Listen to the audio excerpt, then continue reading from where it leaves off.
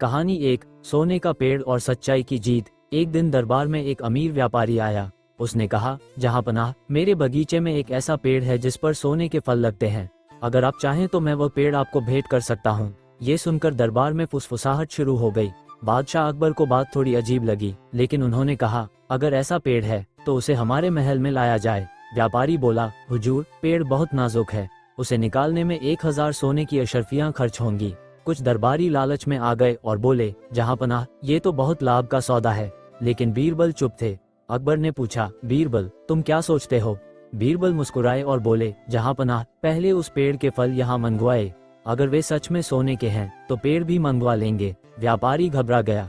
उसने कहा, वो अभी फल का मौसम नहीं है। बीरबल तुरंत बोले, अजीब बात है, जब फल नहीं है तो आपको कैसे पता कि वे सोने के हैं? दरबार में सन्नाटा छा गया। व्यापारी पसीना पसीना हो गया और आखिरकार सच कबूल कर लिया कि वह बादशाह को धोखा देना चाहता था। अकबर ने उसे सजा दी और बीरबल की बुद्धिमानी की प्रशंसा की। कहानी 2, सोने की परछाई का रहस्य 1। एक दिन बादशाह अकबर के दरबार में एक व्यापारी घबराया हुआ आया।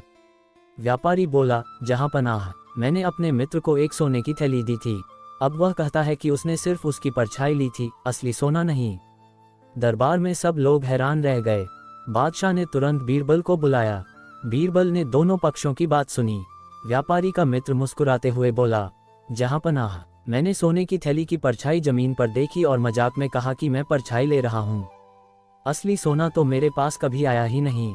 दरबार में हंसी गूंज उठी, लेकिन अकबर समझ गए कि मामला गंभीर है।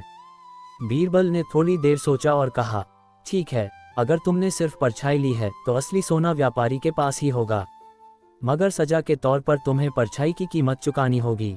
मित्र चौंका, परछाई की कीमत कैसे? बीरबल मुस्कुराए और बोले, कल सुबह तुम बाजार के बीच खड़े होकर सूरज की रोशनी में अपनी परछाई बेचो। जो कीमत मिले वही व्यापारी को दे दो। अगले दिन वह आदमी बाजार में खड़ा हो गया। लोग उसे देखकर हंसने लगे। कोई भी परछाई खरीदने को तैयार नहीं था। शर्म से उसका सिर झुक गया। आखिरकार उसने सच्चाई स्वीकार की और असली सोने की थैली व्यापारी को लौटा दी। बादशाह अकबर ने खुश होकर कहा, बीरबल, तुम्हारी बुद्धि की परछाई भी पूरे राज्य में चमकती है। दरबार में सबने ताली बजाई और व्यापारी खुशी खुशी घर लौट गया। 3 जादुई आईना और सच्चाई की पहचान 1। एक दिन बादशाह अकबर के दरबार में एक व्यापारी आया। उसके हाथ में एक सुंदर सा आईना था। व्यापारी बोला, जहांपनाह, यह कोई साधारण आईना नहीं है। इसमें देखने से इंसान की असली सच्चाई दिखती है। जो झूठा होगा उसका चेहरा धुंधला दिखाई देगा और जो सच्चा होगा वह साफ दिखेगा। दरबार में खुसर पुसर शुरू हो गई। बादशाह अकबर ने सोचा, क्यों न इसकी परीक्षा ली जाए। सबसे पहले एक मंत्री को बुलाया गया। उसने आईने में देखा तो उसका चेहरा थोड़ा धुंधला दिखाई दिया। दरबारियों ने हंसना शुरू कर दिया। मंत्री घबरा गया। अब बारी आई बीरबल की। बीरबल मुस्कुराते हुए आगे बढ़े और आईने में देखा। उनका चेहरा बिल्कुल साफ दिखाई दिया। अकबर ने व्यापारी से पूछा, क्या ये सचमुच जादुई है? बीरबल बोले, जहांपनाह, अनुमति हो तो मैं कुछ कहूँ। अकबर ने सिर हिलाया। बीरबल ने आईना लेकर स्वयं व्यापारी को देखने को कहा। जैसे ही व्यापारी ने देखा, उसका चेहरा धुंधला दिखने लगा। बीरबल मुस्कुराए और बोले, जहांपनाह, यह आईना जादुई नहीं है, ये तो साधारण आईना है। फर्क बस इतना है कि जो व्यक्ति अंदर से डरता है उसे अपना चेहरा ही धुंधला दिखाई देता है। सच्चा इंसान कभी नहीं डरता। व्यापारी शर्मिंदा हो गया और अपनी चालाकी स्वीकार कर ली। अकबर ने बीरबल की बुद्धिमानी की प्रशंसा की और कहा, बीरबल, तुम्हारी समझदारी ही असली जादू है। दिन बादशाह अकबर के दरबार में एक अमीर व्यापारी आया। उसने कहा, जहांपनाह, मैंने शहर के बाहर एक बड़ा बाग बनाया है। जो भी उसमें सबसे अच्छा काम करेगा उसे मैं 100 सोने के सिक्के दूंगा। अकबर को ये बात अच्छी लगी। उन्होंने ऐलान करवा दिया कि जो भी व्यक्ति बाग में मेहनत करेगा उसे इनाम मिलेगा। अगले दिन कई लोग बाग में पहुंचे। कोई पेड़ों को पानी दे रहा था, कोई सफाई कर रहा था, तो कोई सिर्फ दिखावा कर रहा था ताकि इनाम मिल जाए। बीरबल चुपचाप ये सब देख रहे थे। कुछ दिनों बाद व्यापारी फिर दरबार में आया और बोला, जहांपनाह, मुझे समझ नहीं आ रहा कि असली हकदार कौन है।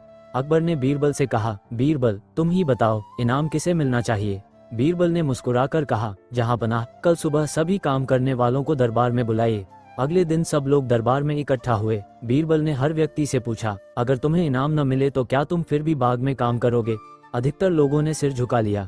कुछ ने साफ कहा, नहीं, हम तो इनाम के लिए ही काम कर रहे थे। लेकिन एक गरीब लड़का आगे आया और बोला, हुजूर, मुझे इनाम मिले या न मिले, मुझे बाग में काम करना अच्छा लगता है। पेड़ों की देखभाल करना पुण्य का काम है। बीरबल ने तुरंत कहा, जहांपनाह, असली हकदार यही लड़का है, क्योंकि यह काम लालच से नहीं, दिल से करता है। अकबर बहुत खुश हुए और उस लड़के को 100 नहीं बल्कि 200 सोने के सिक्के इनाम में दिए। से बड़ा जादू। एक दिन बादशाह अकबर के दरबार में एक जादूगर आया। उसने कई अद्भुत करतब दिखाए, टोपी से कबूतर निकाला, खाली हाथ से सोने का सिक्का बना दिया और सब दरबारी हैरान रह गए। जादूगर ने घमंड से कहा, जहांपनाह, मुझसे बड़ा जादूगर इस दुनिया में कोई नहीं।